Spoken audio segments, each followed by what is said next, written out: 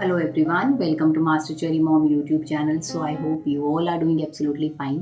And आज हम जिस बारे में बात करने वाले हैं वो है कि 2 महीने से हमें पीरियड्स नहीं आए हैं तो हमें क्या करना चाहिए। इसमें मैं अपना भी एक्सपीरियंस बताऊंगी क्योंकि मुझे भी ये चीज़ फेस करनी पड़ी थी। एंड मुझे काफ़ी जो फीमेल्स हैं वो कमेंट सेक्शन में कहती हैं कि मैम प्रेगनेंसी टेस्ट नेगेटिव है लेकिन फिर भी हमें पीरियड्स नहीं आ रहे हैं। किसी को 45 डेज़ हो चुके हैं, किसी को 60 दिन हो गए हैं। इवन कुछ केसेस ऐसे थे जिन्होंने मुझे कमेंट सेक्शन में लिखा कि हमें तो 3 महीनों से पीरियड्स ही नहीं आए हैं, तो हम क्या करें अब। तो वीडियो को स्टार्ट करने से पहले चैनल को सब्सक्राइब कीजिए, वीडियोस को लाइक करिए एंड शेयर करिए। कोई भी आपका डाउट है तो आप मुझे कमेंट सेक्शन में पूछ सकते हैं। तो चलिए स्टार्ट करते हैं आज की वीडियो कि 2 महीने से पीरियड्स नहीं आए हैं तो हमें क्या करना चाहिए। तो देखिए, सबसे पहली चीज़ तो ये है कि सबसे पहले तो आप चेक करिए, प्रेगनेंसी किट ले लीजिए और उससे चेक करिए कि कहीं आप प्रेग्नेंट तो नहीं है। अगर आपका साइकिल मिस हो गया, पीरियड डेट मिस हो चुकी है, लेकिन प्रेगनेंसी अगर फिर भी नेगेटिव आ रही है तो ठीक है। लेकिन अगर कोई सिम्टम्स आपको लग रहे हैं कि सिम्टम्स भी हैं तो इट्स बेटर कि आप पहले डॉक्टर को दिखा लीजिए। आपका अल्ट्रासाउंड बीटा HCG टेस्ट होगा, उससे कंफर्म हो जाएगा कि आपको प्रेगनेंसी है कि नहीं है, पीरियड्स मिस होने के बावजूद भी, ठीक है। क्योंकि समटाइम्स क्या होता है कि हमारी जो प्रेगनेंसी किट होती है उसमें भी गलत आ जाता है, ठीक है। या फिर प्रेगनेंसी थोड़ी ओव्यूलेशन डिले होता है तो उसकी वजह से इम्प्लांटेशन भी थोड़ा लेट होता है, तो उसकी वजह से थोड़े टाइम के बाद पॉजिटिव रिजल्ट आता है। तो इट्स बेटर कि आप डॉक्टर को दिखा लीजिए।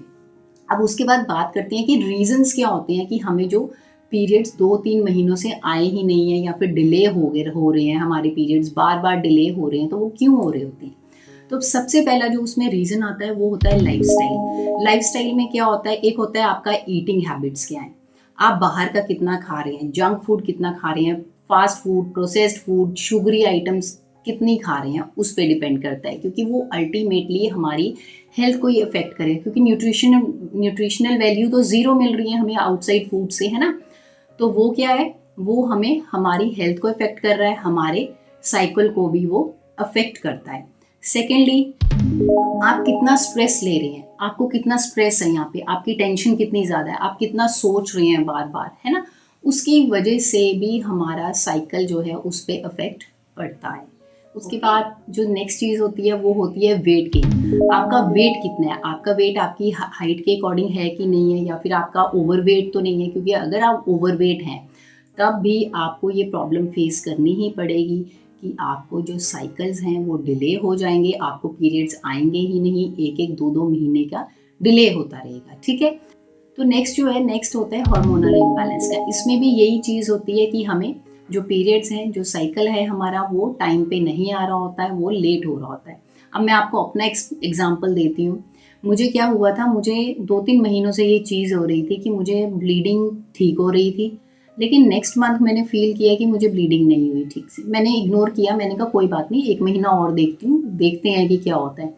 उसके बाद जब मुझे 3rd मंथ साइकिल आया तो आया तो टाइम पे, बट वो फिर से मुझे जो ब्लीडिंग थी वो स्कैंटी हुई, वो इतनी हुई नहीं, और ज़्यादा ब्राउन कलर का मुझे ब्लीडिंग था, डार्क ब्राउन कलर का, ठीक है। तो ये क्या होता है, ये होता है हार्मोनल इम्बैलेंस की वजह से। जब खुल के आपको पीरियड्स नहीं आ पाते हैं, या फिर महीने में 2-2 बार आ रहे हैं, या फिर आ ही नहीं रहे हैं, 2-2 महीने का गैप आ रहा है, तो मैं डॉक्टर के पास गई थी। मुझे डॉक्टर ने मेरा अल्ट्रासाउंड करवाया, एवरीथिंग वॉज फाइन, बट मेरे डॉक्टर कहते हैं ये हार्मोनल इम्बैलेंस है। तो उन्होंने मुझे नॉर्मल सी एक मेडिसिन लिखी। अभी उन्होंने मुझे प्रोजेस्ट्रॉन ऐसी कोई टैबलेट्स पे नहीं डाला हार्मोन्स की, उन्होंने मुझे नॉर्मल सी मेडिसिन लिखी। कहते और अपना लाइफस्टाइल चेंज करो, थोड़ा सा वॉक करो, एक्सरसाइज करो। क्योंकि मैं बाहर का तो कुछ खाती नहीं हूँ, लेकिन उन्होंने मुझे बोला एक्सरसाइज करनी है, बटरफ्लाई पोज हो गया, डक वॉक हो गई। तो मैंने बैठ के पोछा लगाना शुरू कर दिया था घर में, जिसकी वजह से क्या हुआ कि मेरा जो साइकिल है वो नॉर्मल आना फिर से स्टार्ट हो गया। और 5 डेज़ का आता है तो 5 डेज़ का ही आता है, और एवरी 30 डेज़ के गैप में आ जाता है, ठीक है। तो आप भी ऐसे करके देखिए पहले, ठीक है, कि मेडिसिन पे जाने से अच्छा है कि एक बार आप डॉक्टर को दिखाइए। डॉक्टर आपको क्या गाइड करते हैं, अल्ट्रासाउंड की रिपोर्ट क्या कहती है, उससे हमें पता चलता है डॉक्टर्स को, ठीक है। अब उसके साइड बाय साइड क्या होता है कि समटाइम्स हमारा थायराइड हो गया, LSH हो गया, FHS, ये जो प्रोलैक्टिन, ये जो भी टेस्ट होते हैं, इनकी वजह से भी ये प्रॉब्लम आती है। कई बार हम ब्रेस्ट फीडिंग अगर मदर होती है तो उसको भी जो साइकिल है वो मंथ में 2-2 बार आ सकता है, या फिर डिले हो जाता है, ये भी एक रीज़न होता है। अब उसके बाद जो नेक्स्ट एक रीज़न है वो है थायराइड का। कईयों का थायराइड बहुत ज़्यादा होता है, कईयों को बहुत कम होता है, कईयों को हाइपोथायराइडिज्म होता है, कईयों को हाइपरथायराइडिज्म होता है। दोनों ही केसेस में जो पीरियड्स है उस पे इफेक्ट पड़ता है और क्या होता है, पीरियड्स जो हैं वो डिले हो जाते हैं, हमारे periods normal time to time नहीं आते हैं। तो हमें इसके लिए भी टेस्ट करवाना पड़ता है और ट्रीटमेंट लेना पड़ता है सो दैट कि हमारा साइकिल नॉर्मल हो, रेगुलर हो जाए।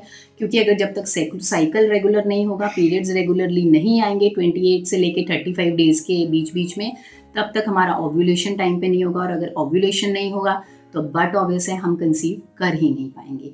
ठीक है, तो ये जो मैंने आपको चीज़ें बताई ये थी कि क्या क्या रीजंस हैं और हम इनको कैसे ठीक कर सकते हैं। बट सबसे ज़रूरी यही है कि अगर आपका साइकिल नहीं आया, 40 डेज अगर आप क्रॉस कर चुके हैं, आपको पता है, तो आप घर पे मत बैठिए, आप जाइए, अपने आप को चेक करवाइए डॉक्टर से। डॉक्टर आपको टेस्ट प्रिस्क्राइब करेंगे, उसके बाद ही पता चलता है एग्जैक्टली क्या प्रॉब्लम है क्या नहीं है। ठीक है, अब उसके बाद बात करते हैं, आपको पता चल गया कि प्रेगनेंसी जो है आपकी नहीं है, नेगेटिव है, तो आप क्या करिए, और साइकिल भी नहीं आ रहा है, तो आप गर्म चीज़ें खाइए, जैसे पका हुआ पपीता हो गया, पपाया हम खाते हैं वो खाइए, फिर अंजीर खा लीजिए भिगोई हुई, या फिर आप अंजीर खा सकते हैं, वैसे भी खा सकते हैं, ड्राई फ्रूट की तरह खा लीजिए इसको।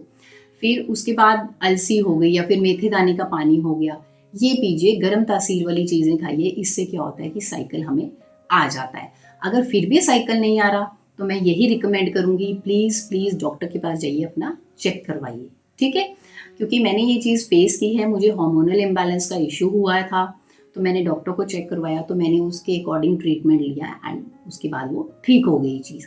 उस चीज़ को बढ़ने ही मत दीजिए, पहले ही ठीक कर दीजिए, क्योंकि एक चीज़ बढ़ती जाएगी तो प्रॉब्लम ज़्यादा हो जाएगी। अगर हम उसको सही टाइम पे ट्रीट कर लेंगे तो सब कुछ ठीक रहेगा। सो आई होप इस वीडियो से आपको हेल्प मिली होगी।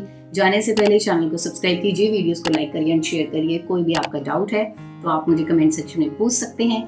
मिलते हैं नेक्स्ट वीडियो में। Till then take care, thank you and bye bye.